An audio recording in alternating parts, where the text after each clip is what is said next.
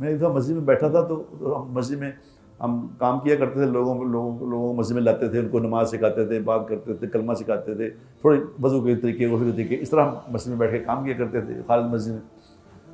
تو اب لوگ مجھے دیکھتے تھے وہاں، تو کچھ مسجد سے نا بڑے بڑے بزرگ ہوتے ہیں جڑے، ان کے ذمے ہے ایک بات بزرگوں کے کہ انہوں نے کسی نہ کسی دی بستی ہی کرنی ہے۔ تو ایک بزرگ تھے وہاں اسی طرح کے، تو مجھے آئے کہتے تم بڑا تبلیغ والا بنے ہوئے۔ میں نے کیا کہا؟ میں نے کہا یہ منڈا تو لے کے آئے نماز پڑھو لے کے پڑھتا پیا، یہ جڑے کپڑے پائے نے، یہ سجدے جانا تو یہ پچھوں ننگا ہوتا ہے، یہ تو سمجھایا تو انہوں، اس کی نماز نہیں ہو رہی، تینوں سمجھتا کیوں نہیں؟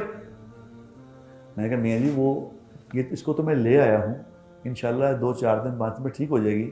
وہ جو باہر بیٹھے ہیں آج نہیں رہے، ان کا کیا کرنا ہے آپ نے؟